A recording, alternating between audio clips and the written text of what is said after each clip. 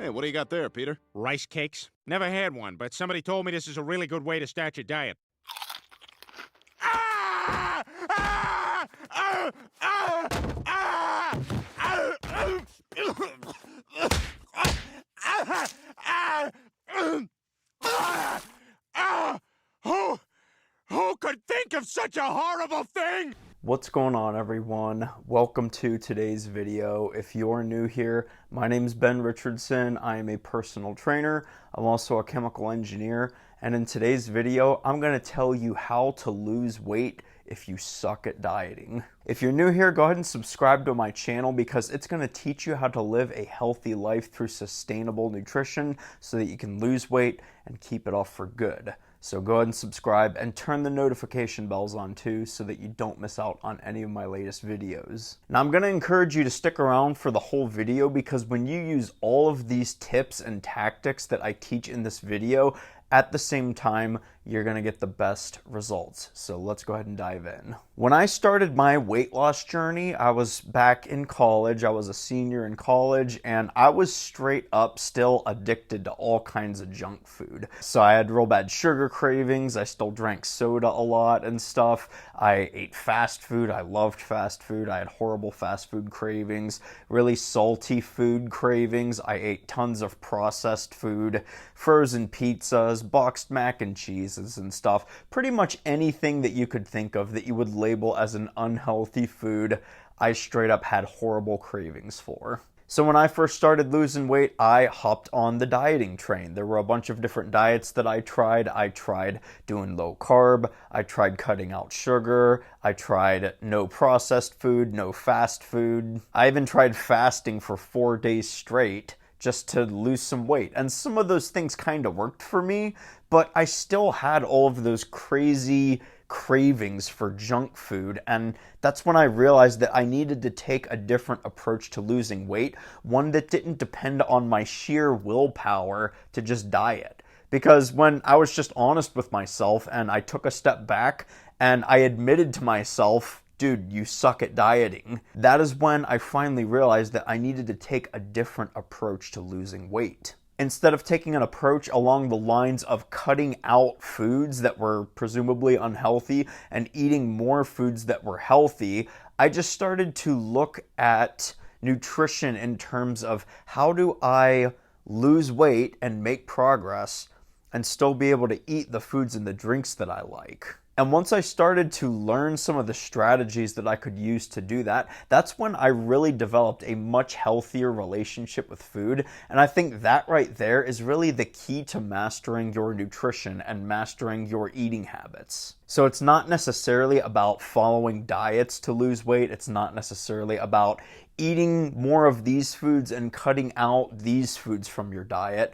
It really is all about balance, and that is becoming more of a cliche, I think, in the fitness and the nutrition space. You're starting to hear that a lot. Oh, it's all about balance, everything in moderation, but no one actually really expands on how you actually follow tactics and strategies to find balance and to find that healthy moderation point. So that's what I'm going to go ahead and go over. So let's talk about a couple things that you can do if you want to lose weight without having to diet. Number one is to just cut out a meal from your day. I don't necessarily recommend that you do this for a very long time or an extended period of time because I do think it is healthy to eat food throughout the day and kind of fuel your body constantly throughout the day. I think that's a way to optimize your health, if you will. But if you're specifically trying to lose weight, the reality is one of the best things that you can do for your health if you're overweight is to lose that weight.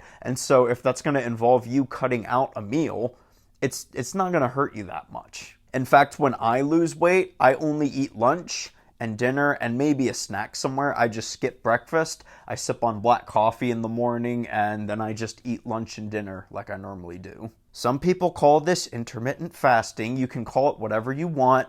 Yes, technically you're entering into a fasted state if you're going like 16 to 18 hours without eating. And usually for most people, cutting out a meal from your day will probably place you into a fasted state, at least for some period of time. But the reason this works is because when you just cut a meal out of your day, you're reducing the number of calories that you're eating kind of without even thinking about it. And that's kind of what it all boils down to, is you have to eat fewer calories if you want to lose weight, because there are 3,500 calories in 1 pound of stored body fat. So the only way that you can get rid of that body fat is to lower the amount of calories that you eat every day. You have to eat fewer calories than your body needs to function every day. The problem that a lot of people take with counting calories, though, is when they learn that, or if they know that, they think to themselves, okay, well, I want to make really fast progress, so I'm just going to cut my calories and eat like 800 calories a day.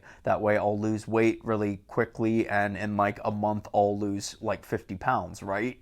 First off, that's probably not going to happen. And second off, eating 800 or 1,000 calories per day, that's really not sustainable, because you're not going to be able to do that for any longer than probably 2 weeks. And even then, if you can stick to that for 2 weeks, props to you. So you still need to make sure that you're eating enough food, but you also want to eat in a calorie deficit. And I think a great way for you to do that is to just cut a meal out of your day. This is actually so effective that when I first started losing weight, all I did was skipped breakfast. I didn't count my calories or anything. I didn't track all the foods that I was eating. I just skipped breakfast. I already liked black coffee, so that wasn't too much of an issue for me, but I just sipped on my black coffee in the morning. I completely skipped breakfast, and I ate lunch and dinner like I normally did, and I lost weight. Because it's just simply a good strategy to use to lower the amount of calories that you eat every day. So that's one good tip that you can use. Another good tip is to just walk more. So we've all kind of heard that, oh, get your 10,000 steps in per day. And that's fine and dandy and all, but not everyone has the time to go for an hour-and-a-half walk every single day. So what I encourage you to do, instead of trying to get all those 10,000 steps in one session, try to just increase the amount of general movement that you get in every single day. And these can be things like, if you have to go to the store, just park very, very far away from the store, so you force yourself to have to walk that extra distance. If you go into the office at work, park really far away from your building so that you force yourself to have to walk a little bit extra to get to your desk. If you work in some kind of building where there's stairs and there's also elevators, obviously you want to take the stairs instead of taking the elevator. Just making simple changes like that. The calories every single day can add up over the course of weeks and even months. And then just other things like doing the dishes by hand instead of throwing them in the dishwasher. Making a home-cooked meal instead of eating out or something like that. That's going to force you to just get more general movement in. Or even something really simple like when you have to use the bathroom, just go use the bathroom on the other side of the building so that you force yourself to get those extra steps in. And it might seem like some of these things are very silly, but the more of these that you do, the more steps and the more movement you're going to get in, the more calories you're going to burn. And on a day-to-day basis, it may not seem like that big of a deal, but over the course of weeks and months, as you develop these habits and as you keep doing them, those calories will add up and you will notice the difference. And then the third recommendation that I make is to just track your calories. That's all you have to do. Don't really worry about your macronutrients or anything. If you're more interested in that, I do have a video about how to lose weight with a proper macronutrient ratio, but calories are hands down the most important thing. Like I said, 3,500 calories in 1 pound of stored body fat.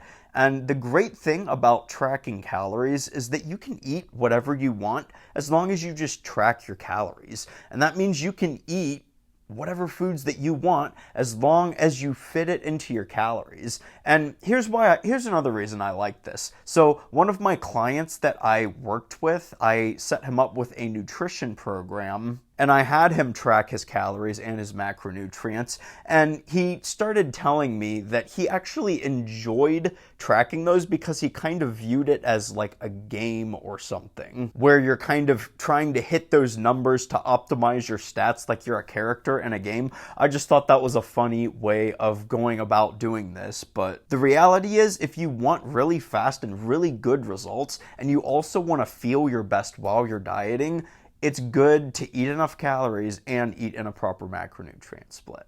But since I'm not going to get too much into the macro thing, just hit your calories. So my general recommendation for people is take your goal body weight in pounds and multiply it by the number 11, and that is how many calories that you should be eating per day. So for example, let's say your goal body weight is 170 pounds. Multiply that by the number 11, that is 1,870 calories per day. So whatever your goal body weight is, do it with that, and that will give you your daily caloric intake. And this is a pretty good pace to go at because this is an aggressive enough calorie deficit that you can lose weight pretty quickly doing this, but it's not so aggressive that you're not going to feel like you are starving yourself. And that's important. It's important to make fast results because that's going to keep you motivated. If you make fast progress, then you're going to have quick proof that what you're doing is working. So it's important to get quick results, but it's also important to not go too extreme with it because you want to be able to do this for weeks and even months. And that's really when your results are going to start to compound. So those are my tips on if you want to lose weight without dieting. Follow all 3 of these tips at the same time if you want the best and the fastest results. If you like this video, don't forget to give it a thumbs up. And again, if you're new here, I do want you to subscribe to my channel because I'm going to teach you how to live a healthy life through sustainable nutrition so that you can lose weight and keep it off for the rest of your life. So go ahead and subscribe because I do post at least every week.